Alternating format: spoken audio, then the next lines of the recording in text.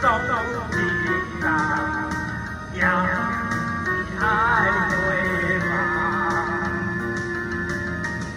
都能这么乱的，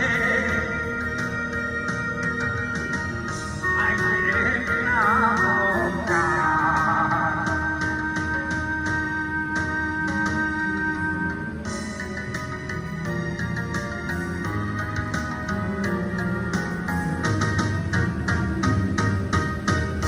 爱人。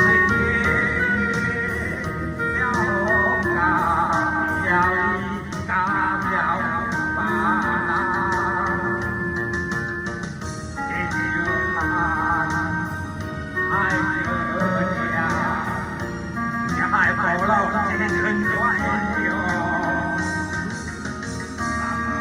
mà trên hai cây thơ năm quanh vần ta là nghề tăng kịch quan